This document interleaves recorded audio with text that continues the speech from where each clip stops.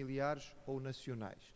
Também através de um local específico onde a maior parte destas celebrações aconteceria, o tabernáculo, um templo móvel que podia-se deslocar aonde quer que Israel fosse, e também um grupo dentro da nação de Israel dedicado exclusivamente ao trabalho de ensinar a lei e ensinar e ajudar o povo nestas cerimónias todas, que era o sacerdócio levítico. Depois, olhando para a outra parte da lei, ou seja, o relacionamento uns com os outros, nós vimos há 15 dias atrás, as leis referentes à justiça eram muitas e por isso tivemos que dedicar algum tempo a elas. E hoje nós queríamos olhar para um aspecto muito específico, particular e importante da lei de Israel e que tornava a lei de Moisés, dada por Deus, diferente de todas as outras que existiam na época, que era o cuidado muito significativo com os desfavorecidos. E nós aqui iremos pensar no caso das mulheres, dos pobres e dos estrangeiros. Enquanto a maioria das culturas da época, os pobres, as viúvas, os órfãos e as mulheres de um modo geral, sobretudo ainda os estrangeiros e os doentes, ficavam numa situação de desprezo significativo, a lei de Deus era uma lei que protegia de uma forma muito concreta, e vamos ver, muito específica, os mais desfavorecidos dos poderosos. E a razão principal para isto era que o próprio povo de Israel passara por essa situação. Israel fora um povo estrangeiro, oprimido, pobre, escravizado, com uma maioria de mulheres. Porque lembram-se que a partir de certa altura o genocídio visava os homens nascidos. E, portanto, todas estas características eram características muito marcantes de Israel. E porque Israel tinha passado por tudo isto e Deus os tinha livrado desta situação, Deus lembrava ao povo de Israel, então, estejam atentos a esta situação. Vamos recordar, irmãos, que a população masculina adulta, segundo a contagem que foi feita na altura da saída do Egito, era de cerca de 600 mil homens de combate, prontos para a guerra. Portanto, estamos a falar de jovens até uma certa idade, depois os anciãos já não contariam. Portanto, se contarmos com todos os homens que Israel teria, era mais do que isto, 600 mil eram os capazes de combater, depois temos os mais jovens e temos os mais velhos que já não tinham condições de o fazer, mas que também seriam alguns milhares, certamente. Se nós lembrarmos que o faraó fez um ataque específico à população masculina, teremos que perceber que temos mais do que este número em mulheres. E, portanto, se nós teremos 600 mil homens prontos para o combate, a grosso modo, talvez 800 mil homens no total, contando os mais novos e os mais velhos, teremos certamente pelo menos 1 milhão de mulheres. É por isso que a contagem feita é de no mínimo 2 milhões de pessoas no deserto. Acrescentemos aí, como já dissemos aos irmãos, um grupo significativo de estrangeiros, povos que, não sendo hebraicos, aproveitaram a oportunidade da saída dos escravos e meteram-se no meio. E quem é que estava para fazer o controle, não é? Não havia propriamente o balcão de fronteira do serviço de estrangeiros à saída do Egito. Aquilo foi tudo ao molho e aproveitar a oportunidade. E, portanto, há muitos estrangeiros a viverem entre o povo de Israel nesta altura. Vejamos então estes pontos. E eu trouxe aos irmãos uma seleção de versículos, porque ficava muito difícil estarmos a abrir todos os versículos, de maneira que os irmãos irão acompanhando pela projeção os versículos. Começamos pensando nas mulheres e verificando que há muitos textos, alguns extensos, sobre esta categoria, e a maioria das leis diziam respeito à proteção das mulheres. Começamos por este, que tinha a ver com o facto de algum homem poder enganar uma moça virgem. Diz o versículo: se alguém enganar alguma virgem que não for desposada e se deitar com ela, certamente adulterará e tomará por sua mulher. Portanto, se o indivíduo enganou a moça, de alguma maneira a iludiu, aqui não estamos necessariamente a falar de violação. Estamos a falar de, enfim, enganou na conversa. Então, meu amigo, vai assumir a responsabilidade. Aqui não se brinca com a lei de Deus, as regras eram muito claras e o jovem não podia simplesmente aproveitar-se daquilo que queria. Também outro aspecto interessante da lei é que a lei protegia as mulheres que eram servas. Diz assim: quando um homem se deitar com uma mulher que for serva, desposada com outro homem, e não for resgatada, nem se lhe houver dado liberdade, então serão açoitados, não morrerão, pois ela não foi libertada. Ou seja, havia uma punição clara para um homem que quisesse se aproveitar de uma serva. Atenção, irmãos, eu vou começar a chamar a atenção a partir de agora, que estas leis eram muito particulares. Nenhum dos outros povos à volta tinha isto. E o abuso das mulheres que estavam em posição de servidão era constante e significativo. Se elas engravidassem do patrão, isso não era problema absolutamente nenhum. As crianças não eram vistas como problema, era mais um escravo que nascia na casa. Mas a lei de Deus não o permitia, porque não achava isso aceitável. Também era terminantemente proibida a exploração das filhas na prostituição. O texto é claro: não contaminarás a tua filha fazendo-a prostituir-se, para que a terra não se prostitua nem se encha de maldade. E os irmãos podem dizer assim: mas isto é uma lei óbvia. Não, não é, irmãos. Isto era uma prática extremamente comum entre os cananitas. Os cananitas faziam isto de forma regular, porque o entendimento era diferente. E a compreensão era a seguinte: a filha é propriedade do pai. Portanto, o pai pode usar como quiser. Se ele vai, de alguma maneira, usufruir de lucro financeiro ao casá-la, porque ele tem que pagar o dote pelo poder dar a filha, também pode usufruir deste lucro, prostituindo-a e desta maneira ganhando algum recurso. Portanto, era relativamente comum nas culturas cananitas, aonde Israel ia viver, que este fosse o conceito. E apesar de que Deus avisa o povo e pede ao povo que seja feita uma eliminação daquela cultura cananita, Deus sabia que os cananitas iam continuar lá. Israel não ia cumprir a ordem dada e, portanto, ia acabar por conviver com este povo. E já sabemos que eles tinham a tendência de acabar por aceitar a influência desta cultura. Nós já estudamos o livro de Gênesis e vimos, por exemplo, Judá, personagem é importante, a casar-se com uma mulher cananita, a aceitar os ritos cananitas e a prostituir-se, lembram-se? Está lá naquele capítulo desagradável que a gente não gosta de ler, a respeito de Tamar. Pois é, era esta a prática, e Deus diz: entre o meu povo isto não vai acontecer de forma absolutamente nenhuma. Outra lei que é extremamente interessante é que os irmãos devem se lembrar que as filhas podiam herdar. Lembrando apenas um dos versículos em que isto é mencionado: as filhas de Zelofeade falam o que é justo, certamente lhes darás possessão de herança entre os irmãos de seu pai, e a herança de seu pai farás passar a elas. Às vezes nós ouvimos as pessoas criticando a Bíblia. Dizem que é um livro velho, ultrapassado, já não serve para os nossos tempos. Queria chamar... Vamos ver esta lei. No fim do século XIX, na famosíssima Inglaterra, dona de meio mundo, esta lei ainda não era posta em prática. Ou seja, as mulheres, as filhas dos nobres ingleses, na transição do século XIX para o século XX, ainda não tinham direito à herança. Ou seja, 3.500 anos antes, parece que a lei de Moisés era um bocadinho mais avançada. Inclusive houve uma série de televisão recente que fez muito sucesso em alguns meios, que falava exatamente sobre a história de uma família da nobreza inglesa na transição do século.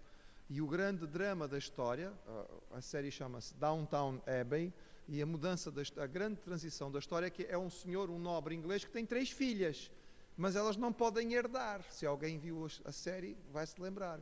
E, portanto, é preciso arranjar, e vai-se buscar um sobrinho em 3º grau, ou coisa que o valha, que vai ser o herdeiro, porque as filhas próprias não podem herdar.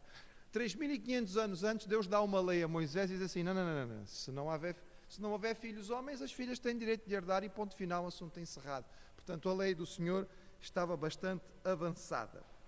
O ponto seguinte também muito interessante, diz assim, a respeito das mulheres cativas, porque combatia-se nas guerras, e o que é que podia acontecer? Diz aí o texto: e tu entre os presos vires uma mulher formosa à vista, e a cobiçares, e a tomares por mulher, e depois chegarás a ela, e tu serás seu marido, e ela tua mulher. Interessante, não é, irmãos? Interessante. É assim, Israel ia à guerra, derrotava o inimigo. Entre aqueles que tinham sido derrotados, ele via ali gente que eventualmente iam se tornar servos. Ele olhou e viu aquela moça que era muito bonita. Espera aí, ela é escrava, é uma estrangeira, foi derrotada em combate, eu posso fazer o que eu quiser com ela e como cansado deito fora. O senhor diz, não. Então vai casar. Então vai casar. E é curioso, irmãos, porque é assim, hoje, o Estado Islâmico está a viver de acordo com os princípios muçulmanos do século VII, a fazer exatamente a mesma coisa que Maomé fazia, que é completamente ao contrário disto, em que eles simplesmente usam e abusam das mulheres capturadas em combate e depois as vendem como escravas. Ou seja, a lei do Senhor continua a mostrar-se muito superior. Eu digo isto, irmãos, porque é assim, pode-nos parecer um pouco óbvio algumas destas leis, mas não eram para aquele tempo.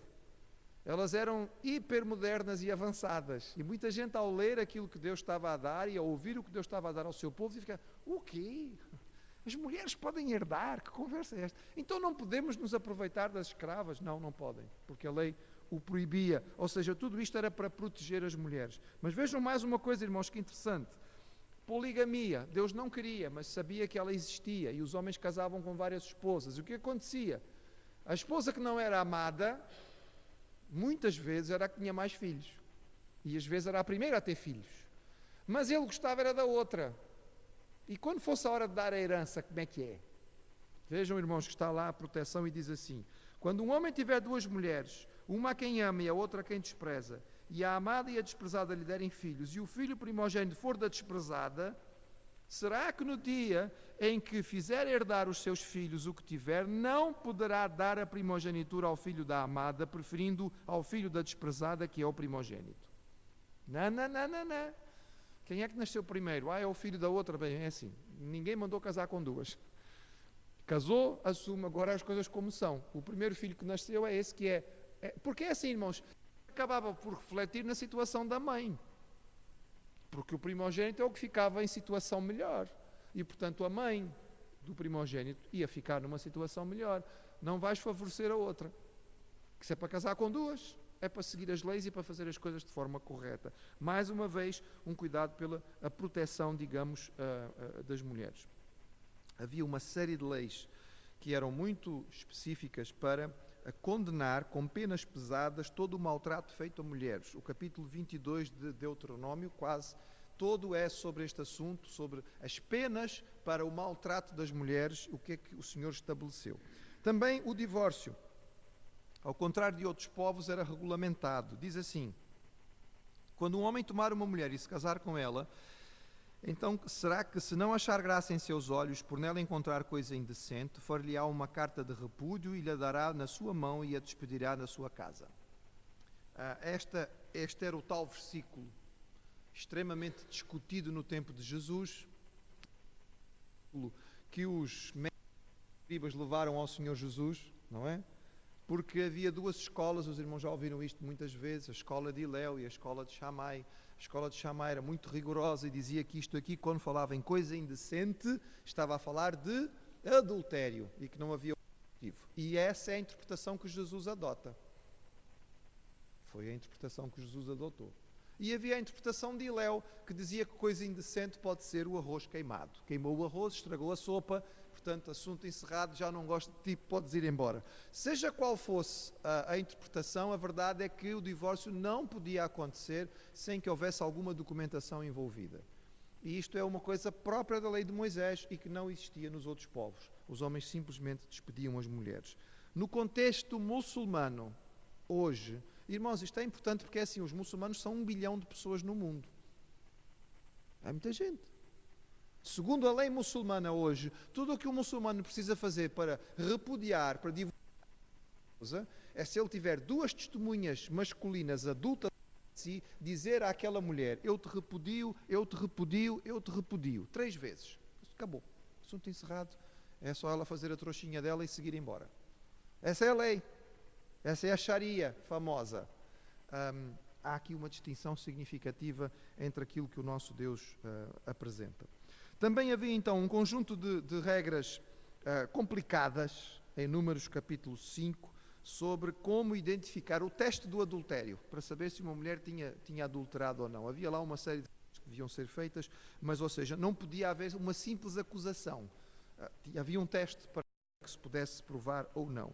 Assim como o Senhor providenciou em Números capítulo 30 regras diferentes para os votos feitos pelas mulheres e pelos homens. Quando alguém fizesse votos ao Senhor, havia certos votos que eram particulares das mulheres, eram peculiares a elas. E o Senhor permitiu e estabeleceu regras, porque havia votos que só as mulheres podiam fazer e só elas fariam. Os irmãos lembram-se de um caso clássico destes, é o caso de Ana. Ana vai ao templo, aliás, vai ao tabernáculo em Siló, e ela ali faz um voto ao Senhor, não é? Porque dizia respeito ao seu desejo de ter um filho, que nós sabemos que depois vai nascer e será Samuel. Assim como também havia um conjunto de regras que o Senhor deu ao seu povo para a purificação da mulher no pós-parto e também após o período menstrual. Estas regras eram cumpridas pelo povo, vão ser cumpridas, por exemplo, por Maria, durante o seu processo depois de Jesus ter nascido. É por isso que nós sabemos que ela terá ido com Jesus pelo menos 2 vezes ao templo, uma para a apresentação do menino e a sua circuncisão, e outra para que fosse feita este período de purificação. Ou seja, irmãos, fica aqui bastante evidente que as mulheres eram muito mais protegidas no contexto do povo de Israel do que seriam todas as outras nações vizinhas que habitavam à volta. E estas regras são importantes para nós as conhecermos. Passando ao ponto seguinte, pensando nos pobres e nos servos. A regra também era muito simples, ao contrário das outras culturas que achavam normal a exploração dos pobres. O Senhor lembrava Israel que Israel tinha sido escravo e que por isso não devia afligir nem o pobre nem o escravo. As regras eram básicas. Por exemplo, no que dizia respeito à possibilidade de um hebreu se tornar escravo. Vamos imaginar, dentro do povo acontecia. O indivíduo foi ficando numa situação cada vez mais difícil, mais miserável, mais pobre. Ainda há pouco estava a conversar com o irmão Joel sobre a situação que vivemos hoje. Às vezes a mudança é tão drástica que uma pessoa de repente se vê sem abrigo. Não é? Em Israel acontecia. O que acontecia? O indivíduo não virava sem abrigo, virava escravo. Virava trabalho, não é? Sem recompensa nas mãos dos outros. A lei dizia assim: se comprares um servo hebreu, 6 anos servirá, mas ao 7º sairá livre de graça. Havia um limite para o tempo de escravidão entre os hebreus. E o tempo era de 6 anos, mais do que isso não podia. Ao 7º ano, no ano sabático e depois no ano de jubileu, todos os escravos tinham que ser libertados e não podia haver escravos entre o povo de Israel. O Senhor colocava-se como o defensor dos órfãos e das viúvas. Diz aqui: a nenhuma viúva nem órfão afligireis, se de algum modo os afligires e eles clamarem a mim, eu certamente ouvirei o seu clamor, e a minha ira se acenderá, e vos matarei à espada, e vossas mulheres ficarão viúvas e vossos filhos órfãos. Os irmãos, se calhar, ouvem este versículo e isso não vos diz muito. Mas se os irmãos forem investigar as mitologias antigas, talvez tenham uma surpresa interessante. A maioria das mitologias tinha uma quantidade enorme de deuses, e tinham deuses para todas as coisas. Havia um Deus para o dia, um Deus para a noite, um Deus para a primavera, um Deus para o verão, um Deus para os pescadores, um Deus para os lavradores. Mas não havia deuses para os mendigos, nem para os órfãos, nem para as viúvas. Nas mitologias em que isso acontecia, esses deuses eram deuses também inferiores e desprezados. Quando havia uma mitologia muito avançada, não era o caso daquelas que se lidava nesta altura, mas depois mais tarde no meio greco-romano podia haver, mas eram deuses considerados de terceira categoria, porque é um deusezito lá que toma conta dos órfãos e das viúvas. Mas aqui, irmãos, o Deus Supremo, o Todo-Poderoso, aquele que está acima de qualquer outro Deus, ele se apresenta como o protetor dos órfãos e das viúvas. É literalmente aquele discurso que nós ouvimos: quer bater, passa por cima de mim, não é? Por cima do meu cadáver. Querem fazer mal aos órfãos e às viúvas? Olha, aqui, antes de chegar a elas, estou eu. Pode fazer, mas assuma, saiba que depois vai vir a consequência. E quem vai defender sou eu. Irmãos, isto é impressionante. É impressionante. No contexto daquela época, é impressionante. Porque os deuses grandes das mitologias da época, eles estavam minimamente interessados com os órfãos, as viúvas, os coitados. Pelo contrário, estes eram considerados como que estavam naquela situação porque estavam a ser castigados pelos deuses. O Senhor não somente combate esta ideia, mas Ele diz que Ele é aquele que vai defender, se o seu povo não percebesse isto e de alguma maneira tirasse partido ou proveito dos órfãos e das viúvas. Era proibida a usura no empréstimo aos pobres, para que o rico não se aproveitasse da miséria dos outros. Veja, se emprestares dinheiro ao meu povo, ao pobre que está contigo, não te haverás com ele como um usuário, não lhe imporeis usura. É interessante, não é, irmãos? Estas leis são tão interessantes. Se elas fossem usadas hoje em dia, mas hoje em dia os nossos bancários não usam estas leis, irmãos. Eles emprestam aos miserável for a pessoa, maior o juro, não é? E estas coisas todas que vão surgindo por aí para emprestar, resolva o seu problema, venha cá, nós lhe fazemos um negócio bom. É usura, irmãos. É tirar partido do miserável. É colocar mais para baixo o pobre. E Deus dizia ao seu povo, se vocês tiverem que emprestar, ok, mas usura não. Usura não. O Senhor era contra isso. Mais uma vez, a proteção daqueles que estavam em situação difícil. O salário do trabalhador não podia ser retido. E aqui, se os irmãos virem o texto, quase parece discurso de sindicato. Não oprimirás o teu próximo, nem o roubarás. A paga do diarista não ficará contigo até pela manhã. Trabalhou, recebeu. Nada de ficar com o dinheiro daquele outro para poder fazer algum lucro ou para fazer de alguma maneira. Não. O sujeito trabalhou, faça o favor de pagar. Portanto, não vai ficar com o dinheiro daquele que trabalhou. O hebreu não podia fazer troça sequer da pessoa que estivesse em situação física difícil. Vejam este versículo, irmãos. É o Levítico 19:14. Não amaldiçoarás o surdo, nem porás tropeço diante do cego, mas temerás o teu Deus. Eu sou o Senhor. Os irmãos percebem o peso desta afirmação? O Senhor coloca, cada vez que Deus coloca esta afirmação, mais uma vez, Ele está batendo o pé, está dizendo, atenção, isto está sendo afirmado por eu ser quem sou. Se vocês me respeitam, então respeitem isto, porque senão as coisas vão complicar-se.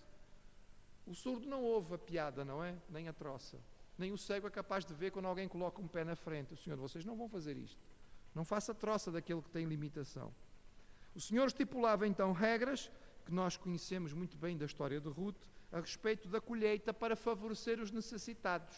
Está aí? Quando no teu campo colheres a tua colheita e esqueceres um molho no campo, não tornarás a tomá-lo. Para o estrangeiro, para o órfão, para a viúva será, para que o Senhor teu Deus te abençoe em toda a tua obra das tuas mãos. Não há nenhuma lei antiga dos povos da época que tivesse qualquer coisa parecida. Esta regra é mais especificada em outro texto e o Senhor estipula mesmo. Quando estiveres a colher, olha, não sejas tão rigoroso, vai deixando cair um bocado, que é para quem vem atrás poder ter com que comer. E nós sabemos porque a história de Ruth pega esta lei e coloca na prática. Pelo menos no campo de Boaz, naquela altura, a lei estava a ser aplicada e era uma forma de sustento para aqueles que tinham necessidade. Eu diria, para quem é do Brasil e conhece essa linguagem, ou pelo menos se lembra, que se calhar hoje em dia já não é mais usada, era a xepa. Não é? Era o que sobrava da feira. Então o que sobra no fim da feira fica mais barato ou pode ser dado àqueles que têm necessidade. Era mais ou menos isto que acontecia aqui. Portanto, era um facilitar para os necessitados. E por último, irmãos, vejam algumas das regras que foram estabelecidas em relação aos estrangeiros. A regra básica é uma só, e o Senhor dizia lá, por exemplo, em Deuteronômio 22, o estrangeiro não afligirás nem o oprimido, pois estrangeiros fostes na terra do Egito. A regra é simples. Vocês foram estrangeiros. Lembram-se como é que era? Pronto. Então agora façam a mesma coisa. Tenham o cuidado. Não repitam aquilo que vocês sofreram, mas assim como vocês viram que era difícil ser estrangeiro, então respeitem. Lembrem-se o quanto é difícil viver nestas condições, porque há estrangeiros no vosso meio. Assim como a lei das colheitas tinha sido dada, aqui novamente, os irmãos que reparam, está lá a lei a falar das colheitas e a especificar para aquele que é estrangeiro. Diz, quando fizeres a colheita da vossa terra, o canto do teu campo não cegarás totalmente, nem as espigas caídas colherás da tua cega. Semelhantemente não rabiscarás a tua vinha, nem colherás os bagos caídos da tua vinha. Deixá-lo-ás ao pobre e ao estrangeiro. Eu sou o Senhor vosso Deus. Era específico. Deixem condições para que eles sobrevivam. Vão estar numa terra estranha, vão estar em dificuldade, vão passar necessidade. não precisa ser tão minucioso, deixa ficar um pouco para aqueles que precisam. Salientar cada vez que aparece esta afirmação, não é? Ela é muito significativa. Eu sou o Senhor. Era a forma de Deus firmar esta lei de modo a que ela não fosse esquecida. Ela era dada com base na sua essência. A essência de Deus era a base desta lei. E a essência de Deus era a base da vida de Israel. O Senhor lembrava ao seu povo que o cumprimento desta lei era sinal de que ele era povo de Deus e tinha que viver seguindo o exemplo do seu Deus. Quero deixar então estes pensamentos finais com os irmãos. Estas 3 ideias. Israel era um povo santo, no sentido de ser separado, diferente dos seus vizinhos. Ao conhecer a vida e as leis de Israel, os outros povos deviam ser atraídos pela sua justiça e pelo seu cuidado com os pobres. Ao chegar a Israel e ao ver a diferença de que era a maneira como as coisas eram feitas, isto devia ser um atrativo.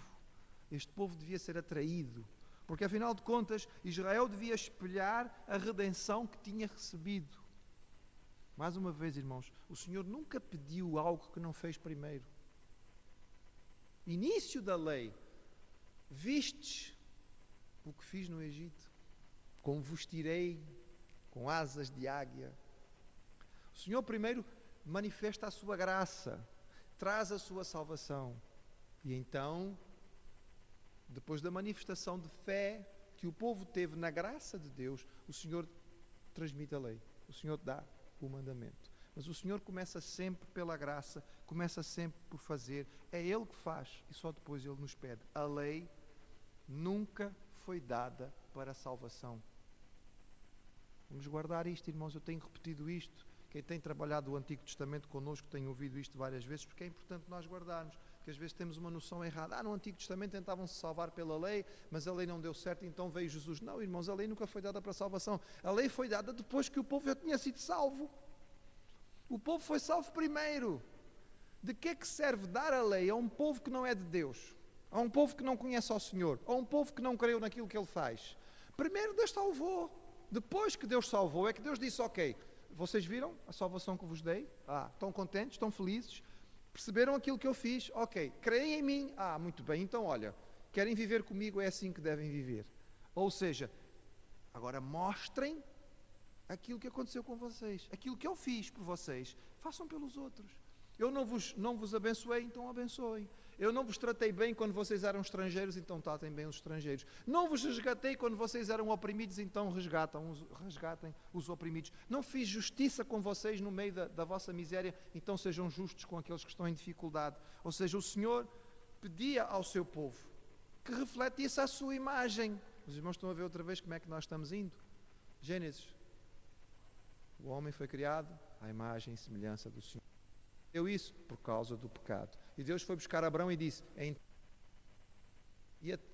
através de ti, em ti benditas todas as nações da terra. Como é que isso seria possível? Através de uma nação que refletisse a imagem de Deus.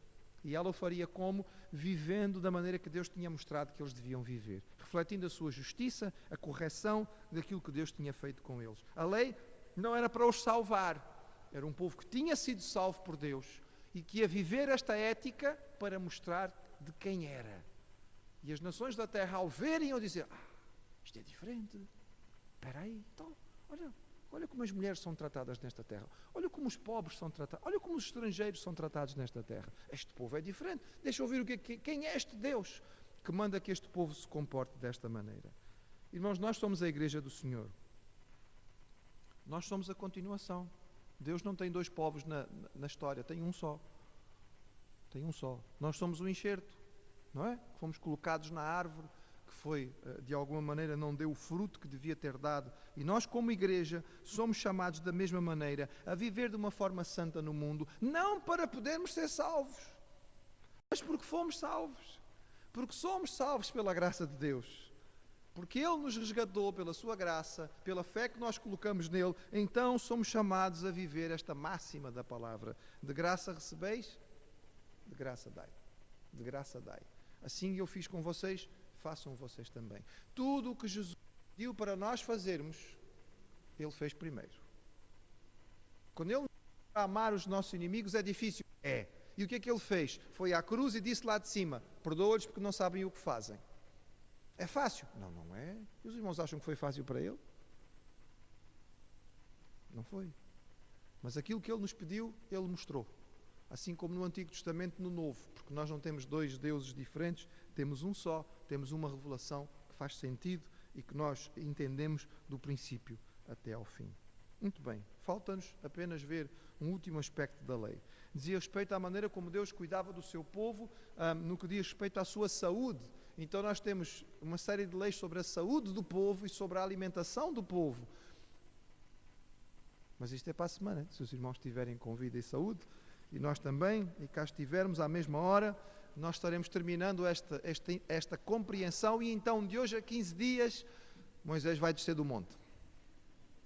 Vamos ver.